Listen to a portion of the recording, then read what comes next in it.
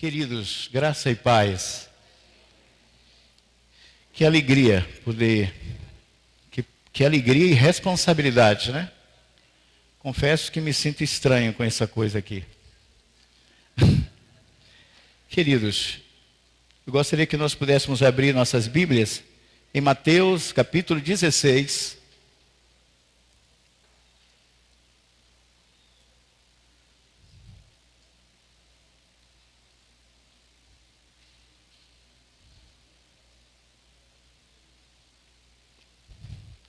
A partir do versículo 13.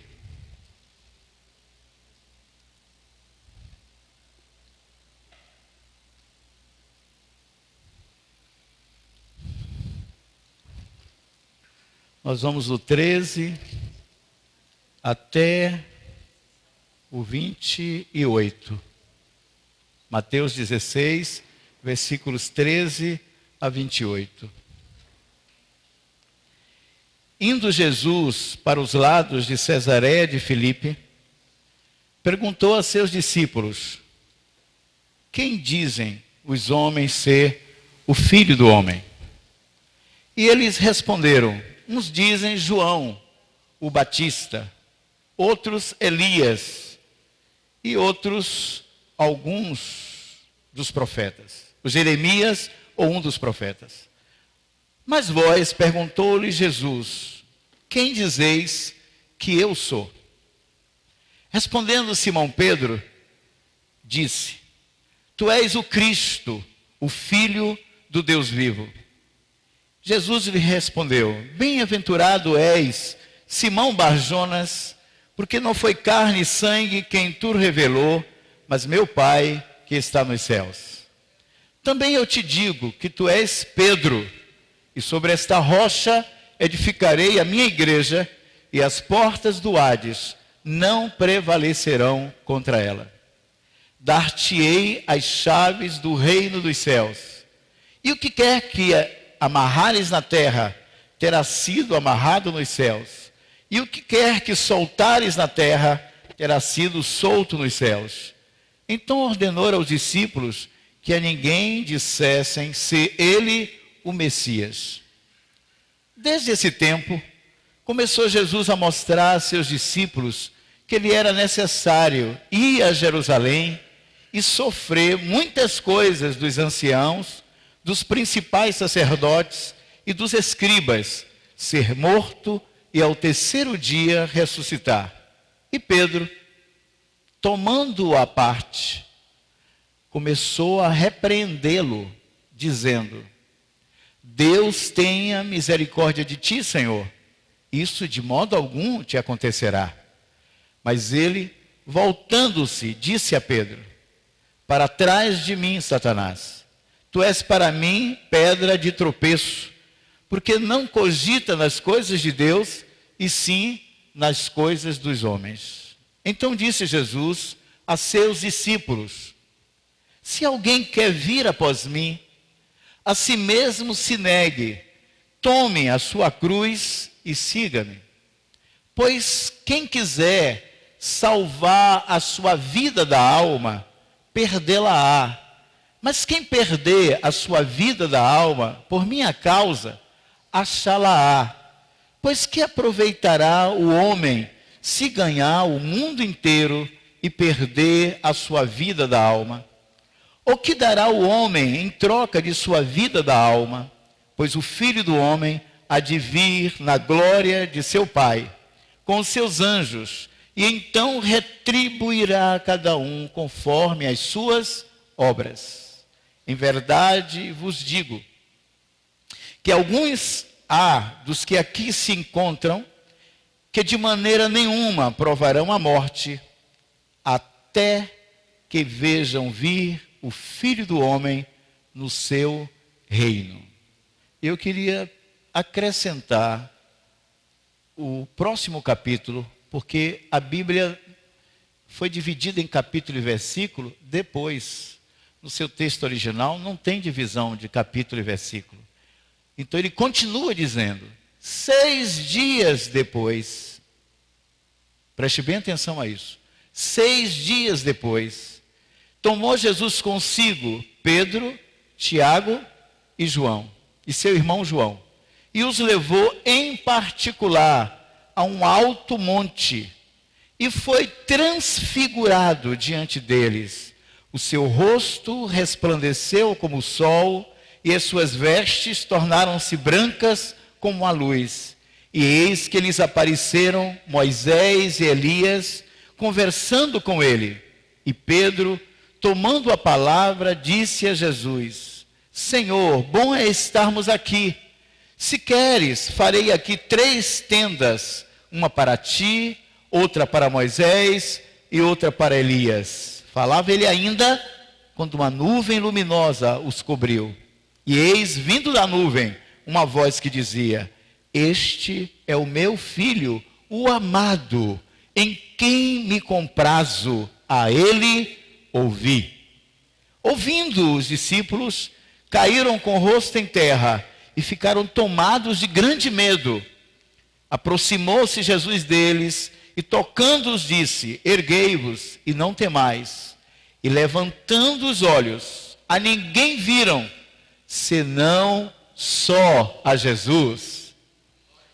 Ao descerem do monte, ordenou-lhes Jesus: A ninguém conteis a visão, até que o Filho do Homem ressuscite dentre os mortos. E perguntaram-lhe os discípulos, dizendo: Por que dizem então os escribas ser necessário que Elias venha primeiro? Ele respondeu: De fato, Elias virá e restaurará todas as coisas. Eu, porém, vos digo que Elias já veio e não o reconheceram. Antes fizeram com ele tudo quanto quiseram. Assim também o Filho do Homem há de padecer das mãos deles. Então os discípulos entenderam que eles falaram a respeito de João Batista. Amém? Glória a Deus por termos lido esses textos todos. Meus irmãos, vamos orar mais uma vez. Senhor, dependemos do Senhor, carecemos da Tua ajuda.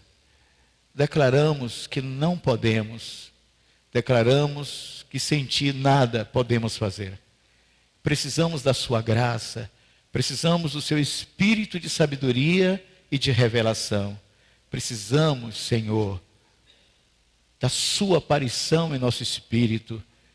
Nos conceda, Senhor, unja a boca que fala e os ouvidos que ouvem, e que Tu sejas glorificado.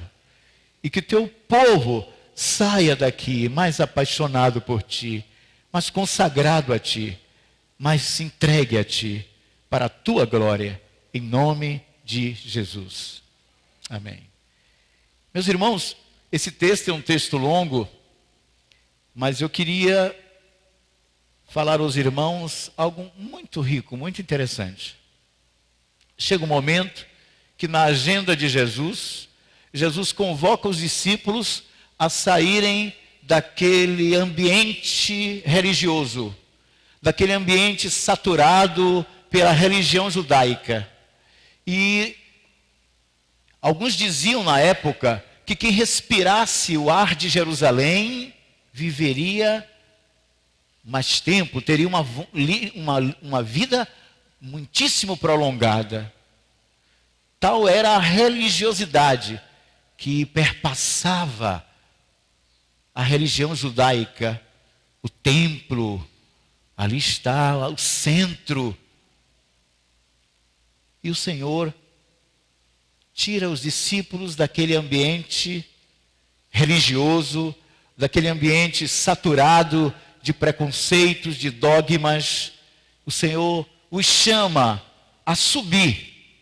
Sempre que Deus quer nos revelar alguma coisa, Ele sempre nos chama a uma experiência de ascensão. Amém? Ele quer nos encontrar nos lugares celestiais em Cristo. E Deus nos conduz os discípulos, no versículo 13, para Cesareia de Filipe. Cesareia de Filipe era uma cidade que estava aos pés do Monte Hermon. Você lembra? Há um salmo que fala sobre o Monte Hermon, E lá diz que ali o Senhor ordena a sua bênção e a vida para sempre. Mas antes dele falar sobre isso, ele fala o quê? Você lembra? Ele fala do quê? Ele fala da unidade. Eu ouvi alguns falarem união. Mas a palavra ali é: ó, quão bom e quão suave é que os irmãos vivam em unidade. Ou vivam unidos os irmãos. Vivam em unidade. Onde quer que haja unidade, há bênção de Deus. Amém?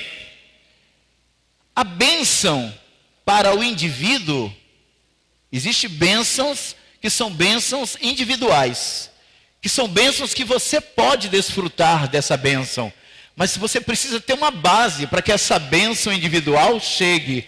A bênção individual chega aonde encontra humildade. Amém?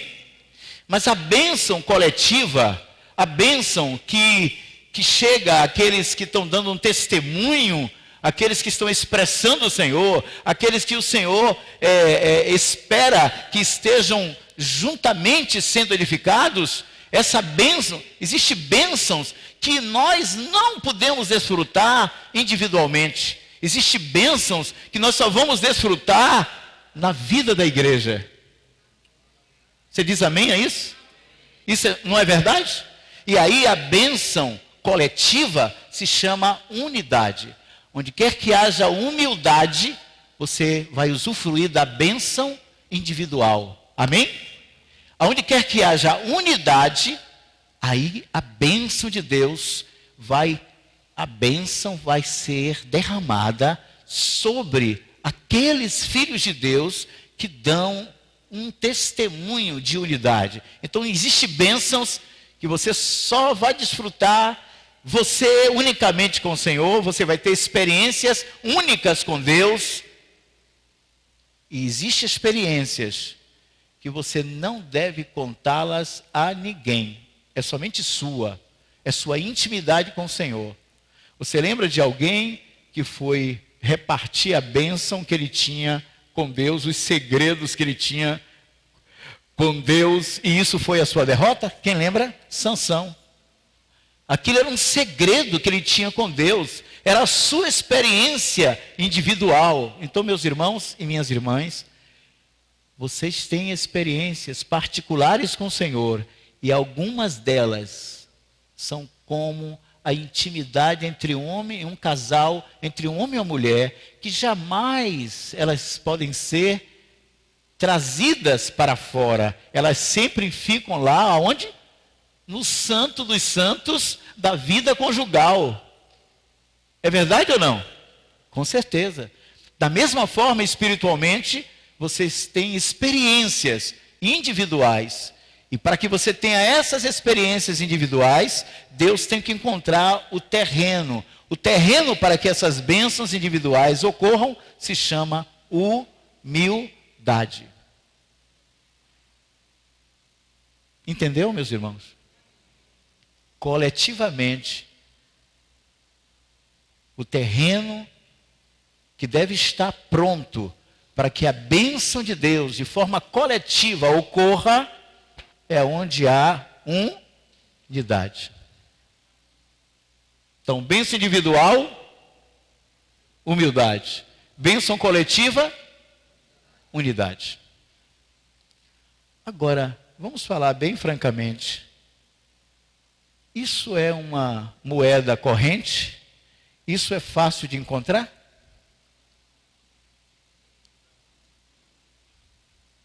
Não é tão fácil de encontrar.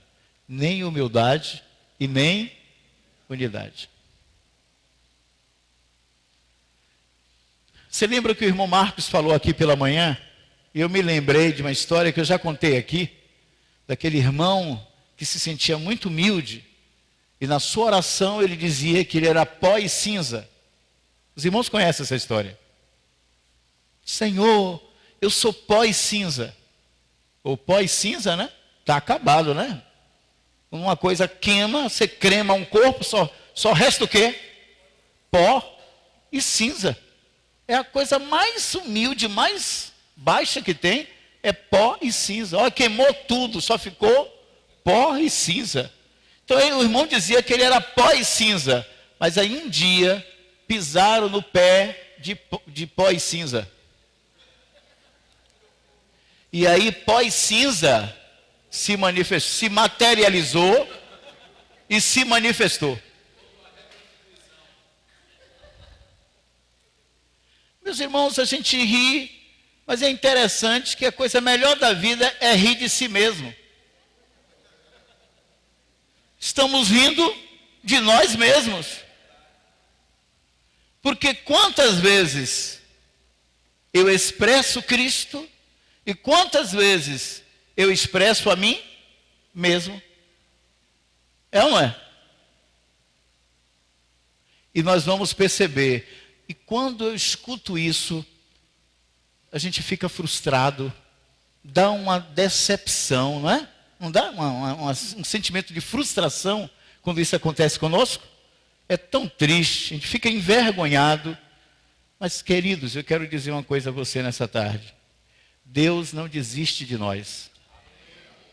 O que eu acho maravilhoso é que o Senhor, o cabeça da igreja, Ele não vai desistir de mim e de você. Uma vez o irmão Samuel Cheng, que foi um irmão que muito me ajudou, que muito me tratou, e ele batia forte. Não era negócio de passar a mão na cabeça, não. O irmão Samuel Cheng era na hora. Uma vez ele disse uma coisa: irmão Carlos, toda pessoa que Deus quer, o diabo também quer. Nunca me esqueci. Toda pessoa que Deus quer, o diabo também quer. Ele disse, toda pessoa que é usada por Deus, ela também pode ser usada por Satanás. Por quê? Porque nós temos as duas naturezas dentro de nós, irmãos. A natureza divina, quando nós cremos no Senhor, amém? Nós cremos no Senhor. Nós ouvimos pela manhã. Meus irmãos, uma vez que nós cremos, nós somos o quê? Salvos. Eu não ouvi bem. Uma vez que nós cremos, nós somos o quê? Salvos. Você tem certeza disso? Amém. Ok. E a Bíblia nos mostra isso com tanta clareza, que o ladrão na cruz não teve tempo de ser discipulado. O ladrão na cruz não teve tempo de congregar. O ladrão na cruz não teve tempo de dizimar.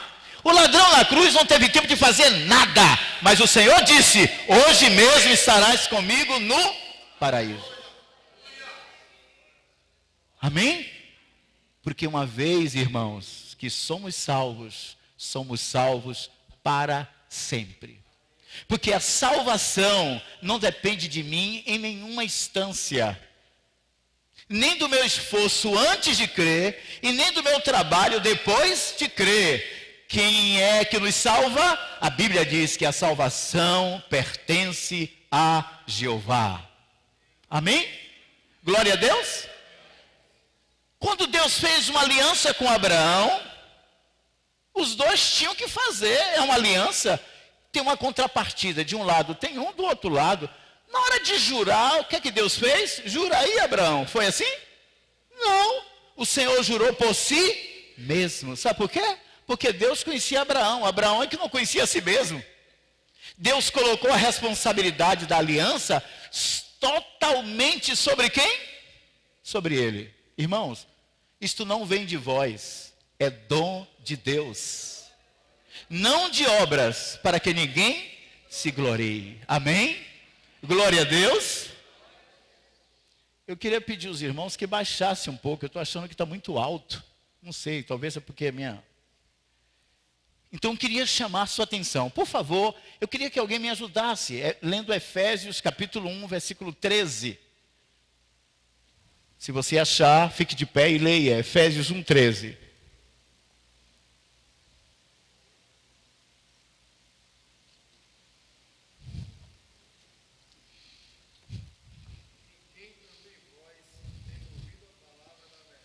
Veja, em quem também vós, ouvindo a palavra, da verdade, o evangelho da vossa salvação, e tendo também crido nele,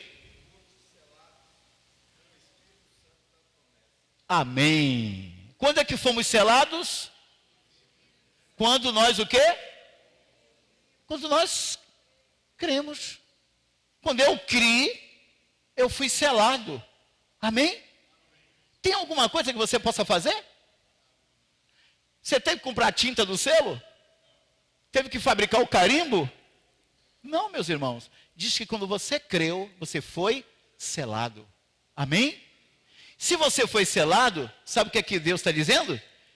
Que você foi selado, você é carta de Cristo. Se você foi selado, significa que Deus tem a responsabilidade, Deus tem o dever, vamos dizer assim, Deus tem a aliança, a promessa de lhe levar até o destinatário. E o seu e o meu destinatário é a glória.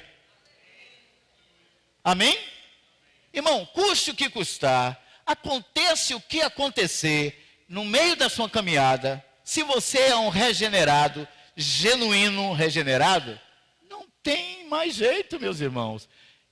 Eu sou do meu amado e ele é meu. Você vai chegar lá todo acabadinho, todo rebentado, não tem problema não. Jesus conserta. Ele vai consertar. Ele tem lá um período que ele vai consertar essas pessoas que brincam com Deus, que vivem de forma mundana, mas que um dia foi regenerada. Não se preocupe não, ele tem um período nas trevas exteriores, onde há choro e ranger de dentes, para você chorar o seu choro de arrependimento e consertar tudo que é errado, se você não fizer agora.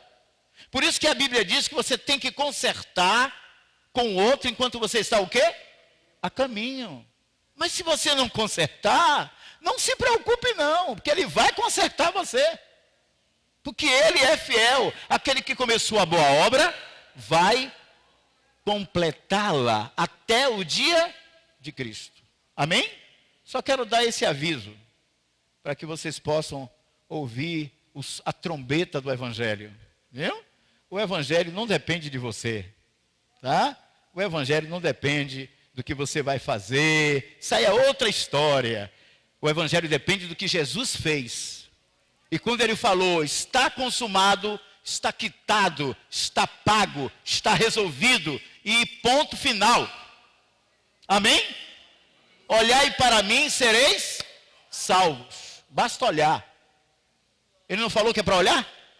Para eu ser salvo, basta eu olhar. Olhai para mim, sereis salvos. Amém. Deus, o Senhor Jesus, então chama os discípulos para Cesareia de Filipe. E ele pergunta, o que é que eles dizem? Que diz os homens ser o filho do homem? Uns João Batista, outros Elias, outros Jeremias, ou um dos profetas. Jesus não estava querendo saber. Você acha que Jesus não sabia, irmãos? Sabia ou não sabia? Claro que sabia. Mas vós, ele foi afunilando. Mas vós, perguntou-lhes eles, quem dizeis que eu sou? Irmãos, entre o versículo 15 e 16, eu acho que tem um silêncio. Eu particularmente vejo aqui um silêncio. Isto é, todos os apóstolos ficaram o quê? Calados. Olha, há um silêncio aqui tão grande que Deus vem ao encontro dos apóstolos para ajudá-los. Porque eles agora estão diante de uma enrascada. Vamos dizer assim, há uma pergunta e eles não sabem o que responder. E é vergonhoso, é um silêncio vergonhoso, porque eles estão caminhando com Jesus, comendo com Jesus, dormindo com Jesus, indo para vários lugares com Jesus, e até aquele momento os apóstolos tinham a mesma opinião do povo comum, estavam ali e não sabiam com quem estavam, não o conheciam de verdade, eles não tinham resposta, há um silêncio, e sinto um constrangimento no ar. E aí o versículo 16 disse, respondendo Simão Pedro, tu és o Cristo, o Filho do Deus vivo. Aleluia. Amém? Tu és o Cristo, o Filho do Deus vivo. Ele está nos falando da sua vida e falando da sua missão. Ele está falando que ele é o Messias. Amém? Ele é o Messias. Como Messias, isso tem a tônica da sua missão. Ele é o ungido, o Messias esperado. Aquele que vai cumprir cabalmente o desejo, o projeto, aquilo que Deus deseja antes, desde a fundação do mundo. E o Filho do Deus vivo está falando da sua essência, da sua natureza, da sua procedência. O que ele é? Aleluia! Ele é o Cristo, o Filho do Deus vivo. Amém? Glória a Deus. Jesus aí respondeu, olha bem. Bem-aventurado és, Simão Bar-Jonas, porque não foi carne e sangue quem tu revelou, mas meu Pai que está nos céus. Agora está uma coisa interessante aqui, quando você olha aqui, de que a carne e o sangue pode simular uma suposta revelação. Porque ele está admitindo que a carne e o sangue pode dar um nível de suposta revelação. Isto é, um substituto. O que essas pessoas tinham aqui? Elas não tinham revelação, elas tinham um substituto da revelação. Elas não sabiam que Jesus era o Cristo, o Filho do Deus vivo. Então elas estavam confusas. A carne e o sangue significa o seu exercício da sua mente, o exercício das suas faculdades mentais humanas, carnais. O discernimento delas é que ele é uma confusão. Olha, ele é João Batista, parece Elias, de repente é um Jeremias, porque Jesus chorava muito, né? Parece que ele se identifica com Jeremias, ou até um dos profetas. Isso é a revelação da carne. Vamos dizer assim, isso é o entendimento humano, aquilo que é da carne e do sangue, que é da fonte comum, da natureza caída. É o discernimento adâmico a respeito de Jesus. E hoje nós sabemos que lá fora nós temos vários entendimentos a respeito de Jesus. Para alguns Jesus é um revolucionário, para outros Jesus é um espírito de alta luz, é um espírito de luz, não é? Jesus é uma confusão lá fora. Mas irmãos, o Senhor não está preocupado com o que eles pensam a respeito do seu filho. Ele está querendo saber, nós, qual a revelação que temos a respeito dele. Amém? Porque a depender da visão que temos do Senhor, isso vai mudar a nossa vida. Isso vai governar a nossa vida. Amém? Glória a Deus. Se ele é o Cristo, o Filho do Deus vivo, então muda tudo. Amém? Aleluia. Meus irmãos, se ele é o Cristo, o Filho do Deus vivo, então minha vida tem sentido. Minha vida tem razão de ser. Amém? Glória a Deus. Então ele diz, bem-aventurado é Simão Bar-Jonas, porque não foi carne nem sangue que te revelou, mas meu Pai que está nos céus. Meus irmãos, a revelação vem dos céus. Espero que nessa tarde a revelação do céu chegue a você. Que o próprio Senhor abra os nossos olhos para vermos Jesus de uma forma nova. Amém? Mas qual é a forma nova? A forma da Bíblia. É tirarmos os nossos conceitos humanos e nós possamos ver o Senhor Jesus como a Bíblia nos mostra. Uma vez o irmão Ni disse uma coisa muito linda, dentre tantas coisas lindas que esse homem de Deus falou. Ele disse assim, que revelação é Deus permitir você ver como Deus vê. Acho lindo isso. Deus permitir a você ver como Deus vê. Aleluia. Isso é revelação. É você ver como Deus vê. Que em geral, o que a gente vê não é igual ao que Deus vê. Então, quando eu me encontro quando eu vejo da mesma forma que Deus vê, isso significa que aconteceu aí o quê? Revelação. Deus tirou o véu. Deus mostrou para nós. Aleluia. Amém? Então ele diz, também eu te digo, que tu és Pedro. Aqui há uma revelação muito grande, irmãos. Primeiro, Deus tem um mistério. O mistério de Deus é quem? Cristo. Se você olhar no âmago, na essência, lá no profundo do coração de Deus, você só vai ver uma pessoa, Cristo. O Pai tem alegria em revelar o seu Filho para nós. Amém? Glória a Jesus. Mas isso não é tudo. Porque a Bíblia diz, claro que Jesus é tudo. Mas o próprio Jesus, ele tem um corpo. Esse Cristo aqui é um Cristo coletivo. Não é só o Jesus individual. Eu estou falando do Cristo coletivo, que tem uma cabeça. Cristo é o cabeça da igreja. Mas a igreja é a sua expansão, é a sua extensão. A igreja é Cristo mesmo em outra forma. Amém? Assim como Eva era Adão em outra forma. Da mesma maneira, a igreja é Cristo em outra forma. Você diz amém a isso? A igreja, então, não é uma instituição humana, a igreja não é um sistema, a igreja não é uma denominação. A igreja é Cristo expandido, é Cristo manifestado, é Cristo expressado. Aleluia! Graças a Deus, por Deus ter um mistério que é Cristo, e Cristo também tem um mistério. E o mistério de Cristo é quem? A igreja. Aí ele diz, mas antes de Jesus falar e revelar a igreja, olha bem o que ele diz aqui. Também eu te digo que tu és Pedro, e sobre essa rocha, isto é, sobre a revelação que Deus o Pai te deu, essa é a rocha. Quem é a rocha? Jesus mesmo. Ele é o Cristo, o Filho do Deus vivo. Sobre esta rocha, sobre esta revelação que você teve de mim, do Pai, eu edificarei a minha igreja. E as portas do inferno não prevalecerão contra ela. Mas, meus irmãos, espera um pouquinho. Ele nos mostra quem é Cristo, o cabeça. Depois, o Cristo nos mostra quem é a igreja. Mas tem uma coisa aqui no meio do caminho que é interessante. É que no mesmo versículo 18, Jesus diz assim, tu és Pedro. Sabe o que isso significa, irmãos?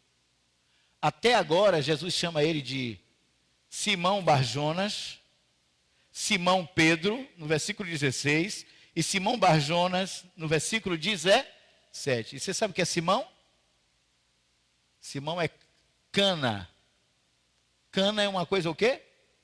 Frágil, flexível, o vento leva para lá e para cá, é inconstante, imprevisível, assim como é Pedro.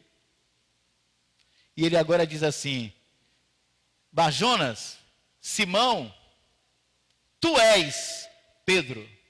Sabe o que isso significa, meus irmãos? Pelo menos para mim, é que quando ele nos mostra Cristo, primeiro ele mostrou quem é Cristo, o Pai revelou quem é Cristo. Tu és o Cristo, Filho do Deus vivo.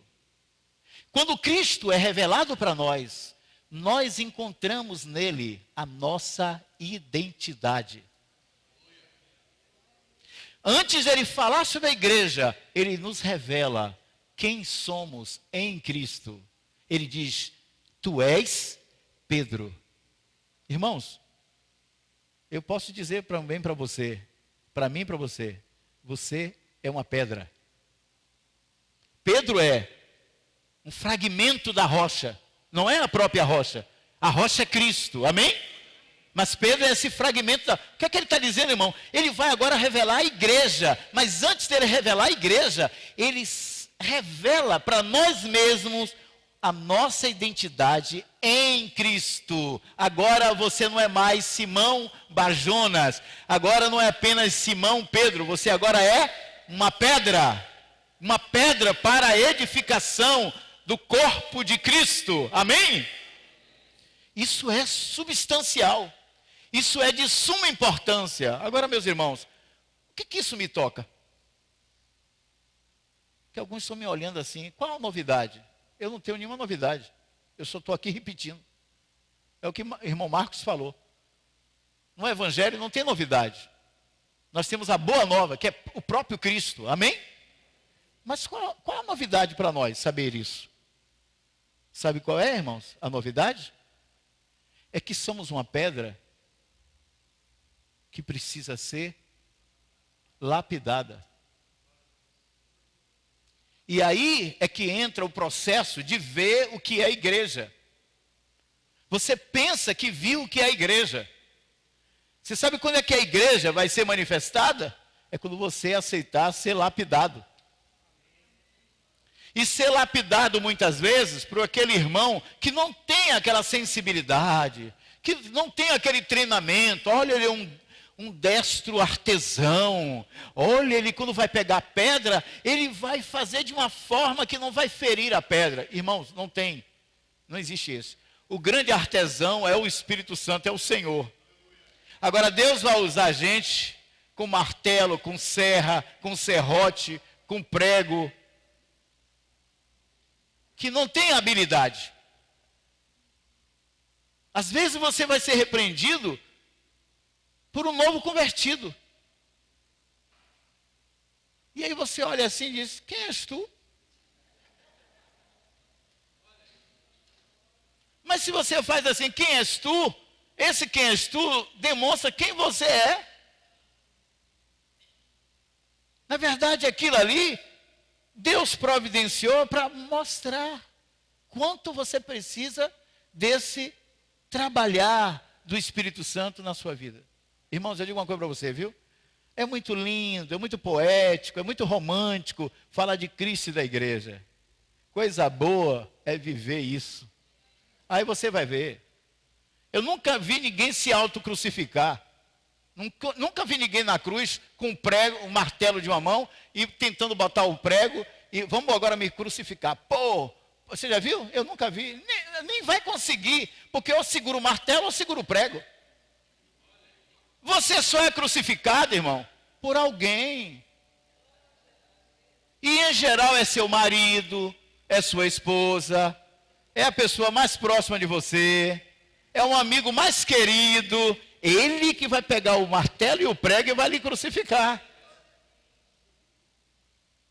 Depois de uma pregação, você fez aquele estudo lindo, e os irmãos, poxa, que maravilha. Aí os irmãos fica tudo feliz com a sua palavra, mas aí vem alguns irmãos que eles têm um ministério.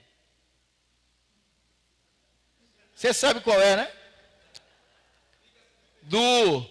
Da agulha. Aí chega lá, pô! Você está aquela bola toda cheia, você está lá no terceiro céu. Olha, a minha mensagem foi poderosa. Olha o que eu falei, tocou os corações. Olha, aí o irmão vem, pô! Aí você diz, pronto, acabou tudo.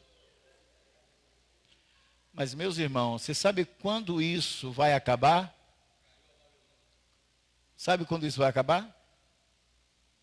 Aqui? Nunca. Eu tinha esperança assim, se eu chegar à maturidade acaba. Que acaba nada. Não acaba não, sabe por quê, meus irmãos? Quando você chega a um nível de maturidade, há um irmão chamado Charles Trumbull, é um escrito esgotado, ele escreveu assim, os perigos da vida vitoriosa. Eu digo, oh meu Deus, até na vitoriosa tem perigo? Eu confesso que quando vi o título eu fiquei decepcionado. Meu Deus, eu estou atrás, eu estou indo à vida vitoriosa. E a minha concepção é que na vida vitoriosa acabariam todos os problemas. Eu agora estou, não, meu irmão. Aí ele escreve, os perigos da vida vitoriosa. Eu digo, não é possível, gente. Eu penso que cheguei e estou começando de novo. E é verdade, irmão, são outros níveis. Há batalhas, você está sentado nos lugares celestiais, amém? Mas existem guerras e batalhas espirituais que acontecem nos lugares celestiais. Amém? Então, ver Cristo, ele revela Cristo, a pessoa de Cristo. Agora, Cristo diz, tu és Pedro. Amém? Ele está dizendo, olha, a tua vocação é ser uma pedra na minha casa. Amém? Mas eu posso te colocar no lugar certo. Eu vou usar os teus irmãos para te burilar, para te quebrar, para te humilhar. Então, falar da vida da igreja é uma maravilha. Certa vez um irmão disse assim, dizer que nós amamos os irmãos lá em Tóquio é tão maravilhoso, é tão espiritual. Amamos os irmãos lá em Los Angeles. Glória a Deus. A gente chega a se arrepiar. É outra história, se a gente fala, a gente ama os irmãos aqui em Salvador. Aí é outra história. Aí não é tão romântico. Porque aí eu conheço aquele irmão chatinho, aquele irmão enjoadinho, aquela irmã perturbada.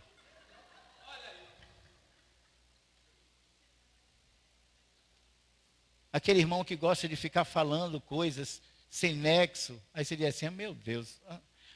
É como se ele dissesse assim, Senhor, por que o Senhor salvou esse irmão?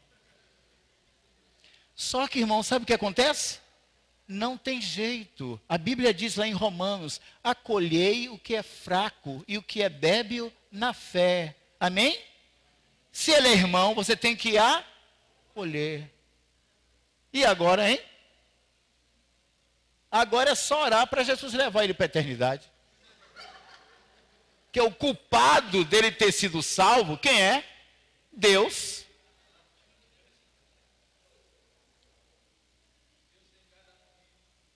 Isso. E o que é que nós temos que fazer? É que cada um dos filhos que Deus salvou para ser uma pedra. Amém? Eu sei que às vezes é uma pedra no sapato. Não é? Oh, esse irmão, só Jesus, viu? Só a graça. E tem irmãos que falam assim, só Jesus e a graça. Eu não entendo. Não é? Só Jesus e a graça. São duas coisas diferentes? Porque Jesus é a graça, né? Pensei que a graça era uma coisa fora de Jesus. Irmãos, este é o corpo de Cristo. Amém? E aí, continuando, ele diz assim, sobre esta rocha edificarei a minha igreja, e as portas do inferno não prevalecerão contra ela. Dar-te-ei as chaves do reino dos céus, e o que quer que amarrares na terra terá sido amarrado nos céus, e o que quer que soltares na terra terá sido solto nos céus. Irmãos, é verdade que o Senhor entregou essas chaves a Pedro de forma objetiva. Preste bem atenção. Na Bíblia, toda verdade tem dois lados. Tem duas faces. Primeiro, a verdade objetiva e a verdade subjetiva. Amém? A verdade objetiva é que Cristo morreu na cruz por nós. Amém? A verdade subjetiva é que nós também morremos com Ele. Também existe outro princípio na Bíblia, que nunca você pode enfatizar um em detrimento do outro. Qual é? A soberania de Deus e a responsabilidade humana. Tem irmãos que enfatizam somente a soberania de Deus e negligencia a responsabilidade humana. Tem outros que enfatizam a responsabilidade humana e negligenciam a soberania de Deus. E aí nós temos o quê? As escolas divergindo entre si, usando os mesmos textos da Bíblia, simplesmente por conta do desequilíbrio, de não perceber que sempre, quando nós encontramos a soberania de Deus, de imediato nós achamos também a responsabilidade humana. Vou dar só um exemplo. Jesus entrando em Jerusalém, e ele chora, e ele fala, Jerusalém, Jerusalém, que apedrejas e matas os profetas. Quantas vezes eu quis te juntar, como uma galinha junta os pintinhos. Eu quis, é soberania divina, mas tu não quisestes. É responsabilidade humana. Está vendo? Ali tem soberania divina e responsabilidade humana. Sempre, nunca você vai ver texto da Bíblia que só fale da soberania divina e esqueça da responsabilidade humana. Então, cuidado. Esse é um princípio que vai fazer com que você evite os desequilíbrios, os extremos, a polarização. Sempre tem um caminho de equilíbrio. Sempre você vai ver a responsabilidade humana e a soberania divina. Amém? Glória a Deus. Não sei se você lembra que você viu o pai desse cantor recentemente morto em um desastre, dizendo que ele orava todo dia e que ele... Onde estava Deus? Ou alguma coisa assim, né? Eu não ouvi bem. Eu não sei, não acho que ele seja um cristão genuíno, não conheço a história. Mas mesmo que ele fosse um cristão e ele orasse a Deus, a responsabilidade, a soberania divina, já está dizendo, ele é soberano, amém? Mas Deus não vai botar o cinto de segurança, não. A responsabilidade humana é botar o cinto. Deus, porque é soberano, não isenta você da responsabilidade, da sua responsabilidade, não. Então aí no final, o culpado é Deus. Porque não entendemos que a Bíblia mostra as duas coisas. Ó Jerusalém, eu quis te juntar com uma galinha, eu quis. Irmãos, quando Deus quer, é Deus que quer, amém? Mas ele falou, mas vós não quisestes. Ah, então a soberania divina lhe obriga? Não. O próprio Deus respeita a sua decisão. Quando você vê na Bíblia que Deus criou o inferno, o lago de fogo, ele diz que quando ele criou, ele não pensou no homem, diz que ele criou para o diabo e seus anjos. Ele nunca falou no homem. Mas por que o lago de fogo vai estar cheio de homens? Porque vós não quisestes. Quiseste o quê? Arrepender-se, crer, amém? E crer é uma coisa tão fácil, ser salvo é tão fácil, que basta, meus irmãos, seu coração pode estar lacrado, hermeticamente fechado, mas se tiver uma festa, a luz do céu penetra e rebenta tudo e salva o homem. Então esse Senhor que diz quem é Cristo, Ele também diz quem é você. É em Cristo que você encontra a sua identidade. É em Cristo que você encontra sentido para a sua vida. É em Cristo que você encontra a razão da sua existência. Amém? Meus irmãos, você pode enfrentar qualquer problema, mas eu quero dizer uma coisa para você. Nós todos aqui já tivemos vários motivos de pegar uma arma e dar um tiro na cabeça. Já teve ou não teve? Já, irmãos. Confesse. Você já teve milhões de motivos para fazer isso. Porque motivos menores levaram muitos lá fora a fazer isso. Mas qual foi? O que foi que te impediu de fazê-lo? Porque você tinha Jesus. Irmãos, Jesus faz toda a diferença na vida da gente. Eu confesso a você que eu acho que o ímpio, o incrédulo, é muito corajoso. Você sabia? Eu acho todo incrédulo super corajoso, porque haja coragem viver esse mundo sem Jesus. Tem que ter muita coragem. Desculpe dizer, viu? Tem que ser muito macho. E nesse sentido eu não sou, não. Sabe por quê? Porque todo homem, toda mulher, a Bíblia diz, aquele que recebe a Cristo faz parte da noiva. Você sabe por que nós somos chamados de noiva? Porque nós somos dependentes dele. Então, em certo sentido, nesse mundo nós não somos homens. Você está entendendo, espiritualmente falando? Nós todos somos mulheres. Nós somos a noiva. Aleluia! Nós dependemos dele. Ah, irmãos, nós sentimos medo. Nós sentimos tanta fobias. Nós enfrentamos tantos problemas. Mas o pessoal não compreende. E desculpe, irmãos, até os anjos no céu não entendem. Diz que ficam no peitoral da glória assim, olhando para a gente, ó. Eu não entendo, por que eles sofrem tanto? Enfrentam tanto problema. Olha, agora estão reunidos, glória, glória, santo, santo, santo, santo. O segredo é Jesus, meus irmãos. A diferença é Jesus na nossa vida. Você sabe muito bem que o nosso coração é tortuoso, irmãos. Quantas vezes nós tivemos a um centímetro para resvalar os nossos pés e cair no abismo. É verdade ou não? Você sabe, irmão, eu sei. E quem foi que fez a diferença? Não foi uma ideologia, meus irmãos, não foi uma filosofia, foi uma pessoa viva. Então ver quem é Cristo nos faz encontrar a nós mesmos. Saber quem é Cristo nos faz receber identidade. Eu tenho identidade, eu tenho certidão de nascimento, eu tenho um passaporte, aleluia! E eu encontro esse passaporte em Cristo. Irmão, eu sempre digo assim, eu não sei que dia eu vou, nem quero nem saber. Mas eu sei para onde eu vou. Não é glorioso isso, irmãos? Tanta gente aí querendo saber que dia vai. Para quê? Não está pronto. Para quê? E eu estou falando dos ímpios. Irmãos, nós, mesmo que você vá, não estando pronto, mesmo que você vá, sem dizer como Paulo disse, acabei a carreira e guardei, muitos vão sem poder dizer isso. Mas eu quero dizer uma coisa para você, irmãos. Lá ao final, você vai estar brilhando na glória.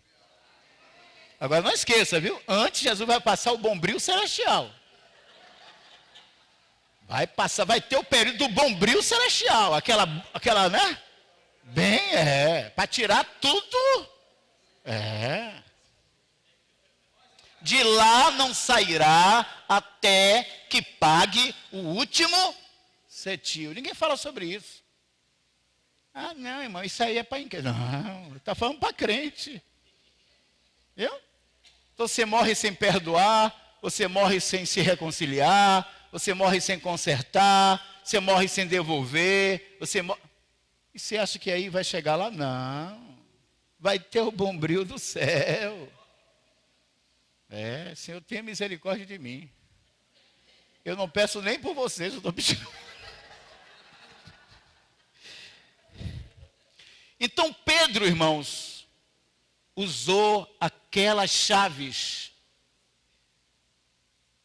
de forma objetiva. E ele abriu a porta do reino dos céus no dia de Pentecostes. Abriu a porta para quem? Para os judeus. Depois ele abriu a porta do céu, do reino, para os gentios. Na casa de quem? De Cornélio. Mas essas são as chaves objetivas.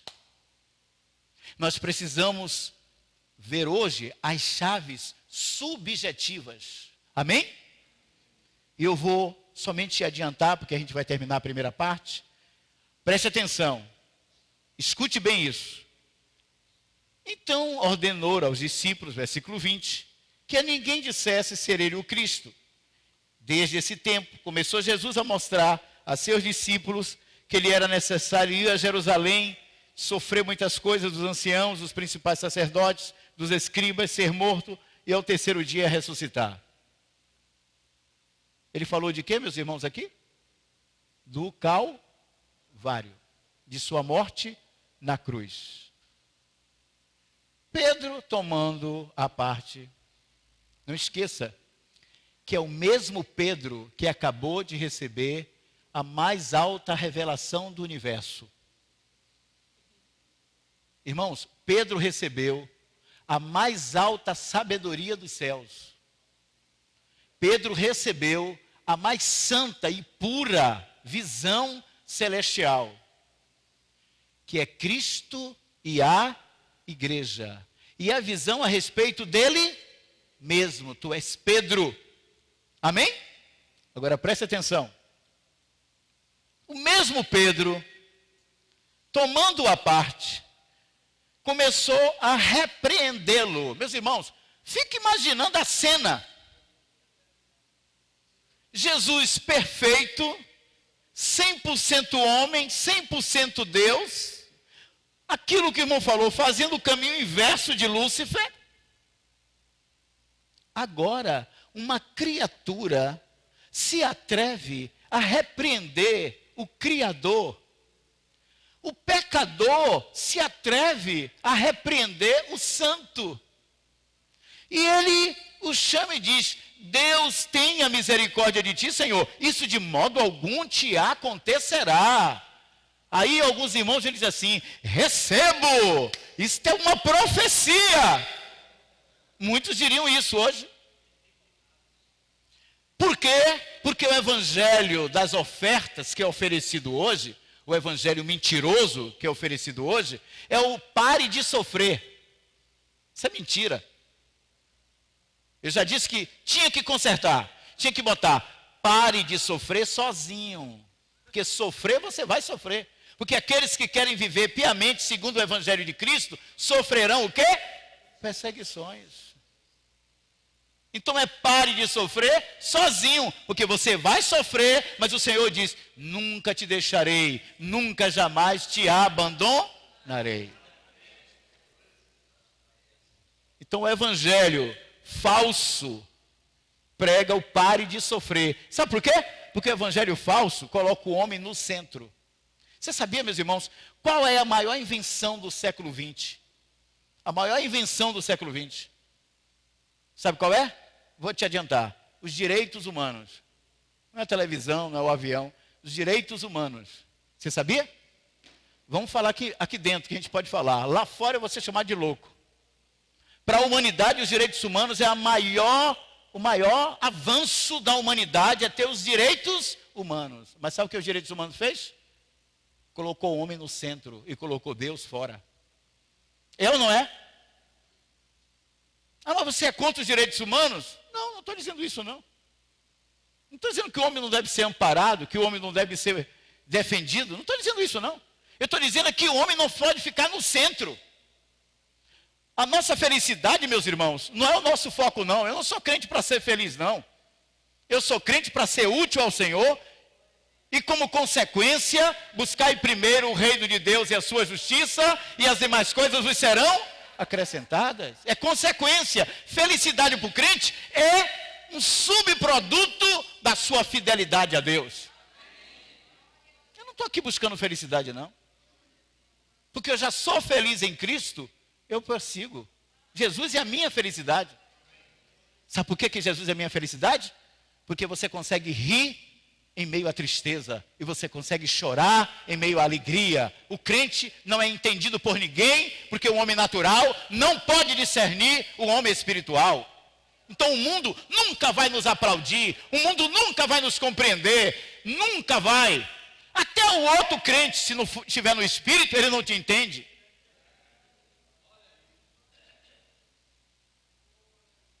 Então, queridos, este homem, Pedro, viu a visão mais gloriosa.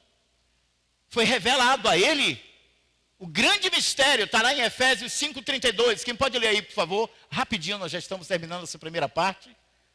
Efésios 5,32.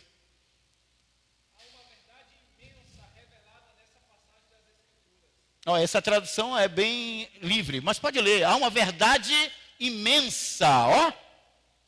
Na outra tradução diz, eis o quê? Um grande mistério. Mas eu me refiro a Cristo e à igreja. Está vendo, meus irmãos? Cristo é o mistério de Deus. A igreja é o mistério de Cristo, amém? E aí ele diz que os dois juntos é um grande mistério. Irmãos, se é um grande mistério, nós precisamos de revelação. Nós não podemos olhar com os nossos olhos carnais. E aí Pedro, aquele que teve esse grande mistério,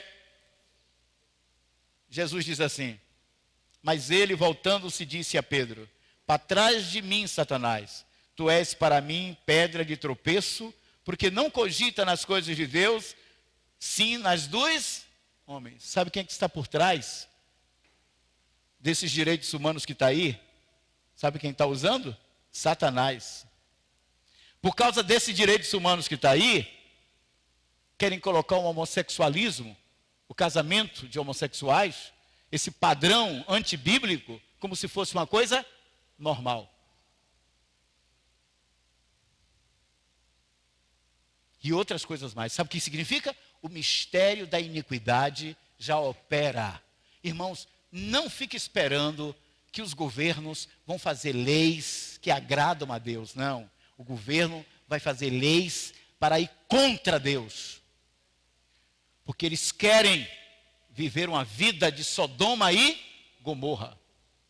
E o Senhor falou, é inevitável. Claro que temos que lutar. Claro que temos que batalhar contra isso. Que nós temos que ir contra as obras infrutuosas das trevas. Sim. A nossa responsabilidade é o quê? humana. Mas, irmãos, na soberania de Deus, o Senhor falou que assim como foi nos dias de Noé, será agora na vinda do Filho do Homem. Como foi o dia de Noé? Qual é a tônica? Violência. Você já viu um mundo mais violento do que o nosso? Violência. Mas Jesus também falou que uma outra geração ia estar sobreposta à de Noé. Foram gerações diferentes, mas diz que na volta dele, as duas gerações vão estar ali, sobrepostas, uma sobre a outra. Os dias de Ló, assim como foi nos dias de Ló, assim será agora na vinda do Filho do Homem. O que é dias de Ló, irmãos? Promiscuidade sexual. Homossexualismo. Estamos vivendo isso, irmãos? Estamos ou não estamos? Ao mesmo tempo que temos a marcha para Jesus, nós temos aquela parada da iniquidade. Cada dia se avolumando, cada dia crescendo. O que é isso, irmãos? A palavra de Deus, ela está claramente se cumprindo. Amém? O que nós precisamos desse mundo que jaz no maligno? Irmãos, nós precisamos ouvir do Senhor: tu és Pedro. Ninguém diz amém? Irmãos, isso significa que no mundo confuso, nesse mundo sujo, eu tenho identidade. Eu sou uma pedra. Sou uma pedra para a edificação da casa de Deus. Isso significa, meus irmãos, que no meio desse mundo podre, Deus está levantando a sua igreja. Deus está edificando a sua igreja. E por mais que o inferno se revolte, o Senhor diz: é vocês que têm a chave. Vocês podem trancar. Aleluia! Satanás tem grandes portas, mas nós temos as chaves. Satanás pode ter imensas portas, mas quem manda nas portas é quem tem as chaves. Nós temos as chaves. O Senhor falou: dar-te-ei as chaves do reino dos céus. Vocês dizem amém a isso? Então, meus irmãos, Deus vai contar com 7.000 que não se dobraram a Baal.